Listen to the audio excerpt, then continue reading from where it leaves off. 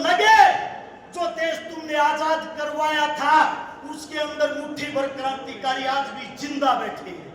तैयार हो? इंकलाब जिंदाबाद, इंकलाब जिंदाबाद। इतना बात रखेंगे आदरणीय रचकार जी।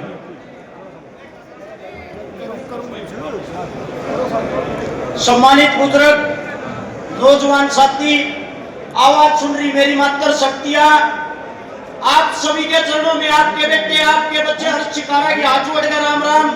और आप सबसे एक विनती है, 2 मिनट के लिए ताली ना बजाकर मौन धारण करके चुपचाप हमारी बात को सुनने की कोशिश करें, वरना इस आंदोलन का क्या फायदा होगा और क्या आप वापिस घर लेके जाओगे। आप सबसे विनती है, आवाज पंडाल के अंदर अगर आए तो सिर्फ और सिर्फ मंच की आए। एक तो आज का जो दिन शहीद आजम भगत सिंह, राजगुरु सुखदेव, याद करो उस 23 मार्च 1931 को। उस दिन भी सोमवार था, आज भी सोमवार है।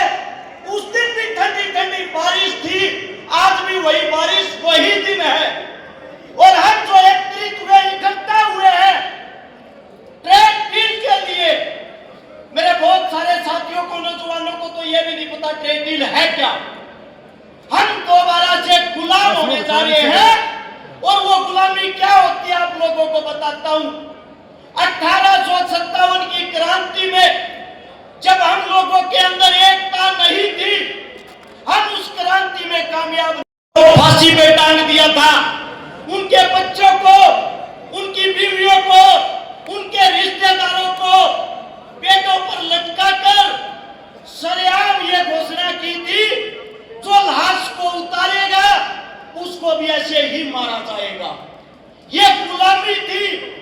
इस गुलामी से 23 साल के बच्चों ने, जिनका नाम था शहीद आजम भगत सिंह, राजगुरु सुखदेव, उनको जब पता लगा हमारा देश गुलाम है, उस गुलामी के लिए आवाज उठाई। आज ही के दिन के मात्र 12 घंटे का संघर्ष बताता हूं, आप लोगों की आंख और कान खुल जाएंगे। दोपहर का टाइम, लाहौर सेंट्रल जेल के अंदर तीनों शेर बंद थे। 24 मार्च को फांसी होनी थी। जैसे आप लोग आज एकत्रित हो रहे हो, इकट्ठा हो रहे हो, ऐसे ही उस भीड़ को देख के अंग्रेजी हुकूमत डगमगा गई, हिल गई। कभी ये जेल को पार के और इन शेरों को बाहर ना निकाल ले जाए। इसीलिए एक दिन पहले 23 मार्च को तीनों शेरों का पहले वजन तोला जाता है। और वजन तोलने के साथ साथ आप लोगों को बता देता हूं, सोचते होंगे भगत सिंह, राजगुरु सुखदेव कोई ज्यादा तगड़े थे।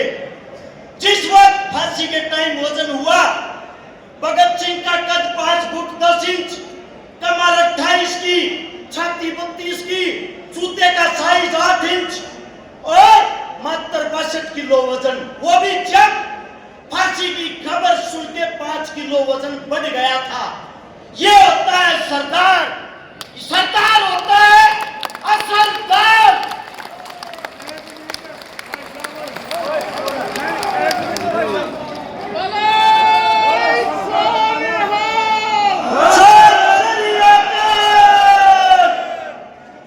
ये जो आवाज आज गूंज रही है, यही आवाज उस जेल के बाहर गूंज रही थी।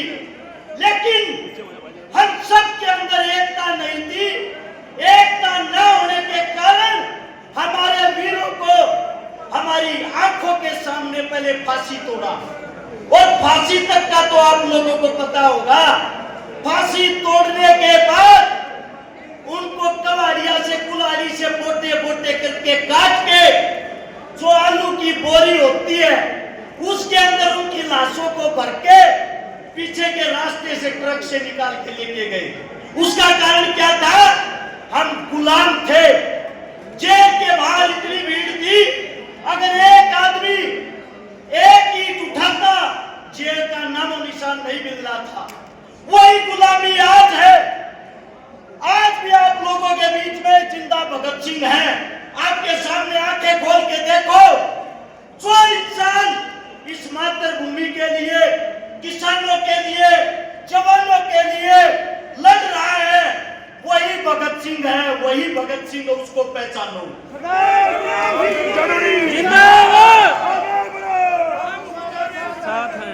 मेरे स्वयं के घर को जब ताला लगा, मेरे पास ना फोन था ना कोई मैसेज था, सरदार जी को जब पता लगा, गुरनाम जी को, मेरे से बिना बताए, मेरे से बिना पूछे सीधा यहां से सोनीपत गए और सोनीपत जाकर वहां की प्रशासन को, शासन को, गुरनाम जी ने कहा 1 हफ्ते के अंदर इस मकान का अगर ताला नहीं खुला, खुली जन्नत सैलाब आ जाएगा और उसको आप रोक नहीं पाओगे। मात्र 4 दिन में ताला खुल गया। ये होती है ताकत।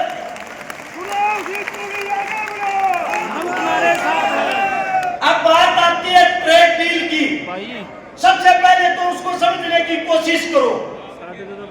अमेरिका जो हमारे से 8 गुना ज्यादा अमीर है, खेती हमारे से 3 से 4 गुना ज्यादा है, वहां अगर ट्रेड डील हमारी सरकार के साथ हो जाती है, वहां का किसान आपके यहाँ पे जो आप आटा पैदा करते हो 26 रुपए किलो देते हो, वो आटा मात्र 12-13 रुपए में मिलेगा। जो दूध आप 70 रुपए देते हो, वो दूध वहां से 25 रुपए में मिलेगा। जो तेल आप 200 रुपए लीटर लेते हो, वो तेल वो इंसान यहाँ पे 70 रुपए लीटर बेचेंगे।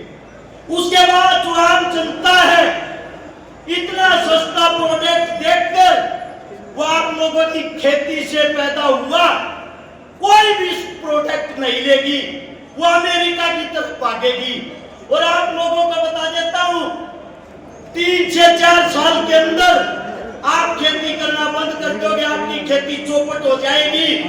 उसके बाद जियो की तरह वो लोग धीरे धीरे करके अमेरिका वाले अपनी फसलों की कीमत यहां बढ़ाते रहेंगे और इस देश को तोड़ते रहेंगे। जब अंग्रेजी हुकूमत हिंदुस्तान में आई, मसालों की खेती करने के बहाने से आई थी, वही अमेरिकी हुकूमत हमारे देश में इस ट्रेड डील को लेने के लिए आ रही है। जो आज आप लोग घमंड करते हो कि हमारा किला करोड़ का है, हमारा किला 2 करोड़ का है, जब इन किलों के अंदर अन्न पैदा नहीं होगा, मंडियों के अंदर अन्न लेने वाले नहीं बचेंगे, 10-10 लाख रुपए में तुम इन जमीनों को दोगे और सरकार तुम्हारे से नहीं लेगी, ये हालत तुम्हारे बीच में होने वाली है। आप लोगों को एक बात और बता देता हूं, शेर चढ़े थे फांसी पर, कीचड़ बन के राजा, एक क्रांति की और जरूरत है। भगत सिंह सुनता होते उल्टा आजा।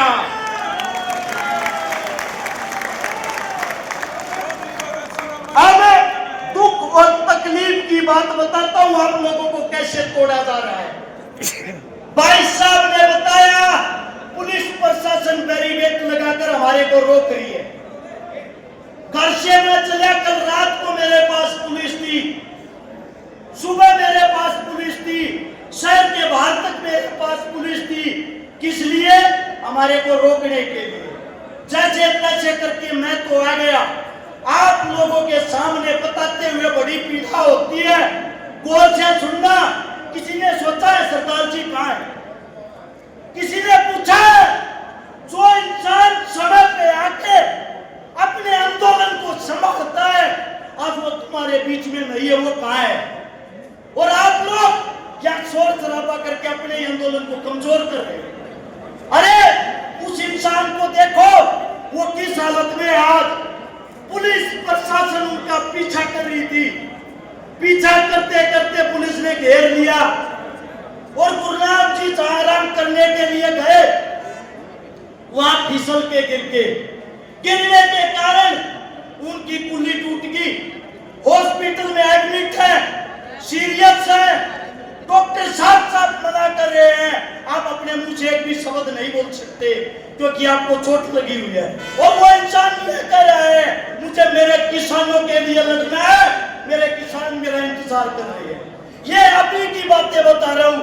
हाथ जोड़ के आप सबसे एक ही बात कहता हूँ, आप सब गुरनाम चुटुनी हो, आप सब भगत सिंह हो। मैं आप लोगों से इतना ही कहना चाहता हूँ, इस आंदोलन को बचा लो, इस आंदोलन को संभालो। और गुरनाम जी आपके बीच में वीडियो के माध्यम से आप लोगों को स्पीच देंगे। हाथ जोड़ के एक विनती है, ना कोई ताली बजाएगा, ना कोई शोर शराबा करेगा। एक आदेश देंगे, जो दिशा निर्देश देंगे, हम सब उसी दिशा निर्देश में काम करेंगे। बोलो मंजूर है? मंजूर है। एक नारा, वो नारा जो शहीद आजम भगत सिंह राजगुरु सुखदेव ने फांसी के फंदे को जब चूमा, जब लगाया था, वो नारा लगाना मैं बोलूंगा इंकलाब, आप बोलोगे जिंदाबाद। लेकिन नारा इतनी ताकत के साथ हो, शहीद आजम भगत सिंह राजगुरु सुखदेव अगर ऊपर से सुन रहे हो, उनको लगे जो देश तुमने आजाद करवाया था उसके अंदर मुट्ठी भर क्रांतिकारी आज भी जिंदा बैठे हैं। तैयार हो? इंकलाब! इंकलाब! इतना मान सम्मान प्यार देने के लिए आप सभी का धन्यवाद है। और मैं कमेटी से विनती करूंगा, जो भी आगामी प्रोग्राम है उसको बनाए रखे। और साथ में ये रिक्वेस्ट है, एक भी आदमी अपनी समय से नहीं लेगा।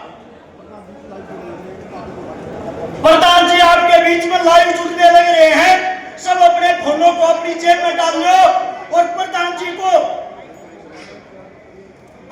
को गौर से सुनो, क्योंकि प्रधान जी अंतिम बात बताकर 1 घंटे के बाद ऑपरेशन थिएटर में जाओगे। ऑपरेशन थिएटर की मना करते करते प्रधान जी को 2 घंटे हो चुके हैं। आप सबसे विनती है, गौर से बात को सुनना। धन्यवाद। साथियों,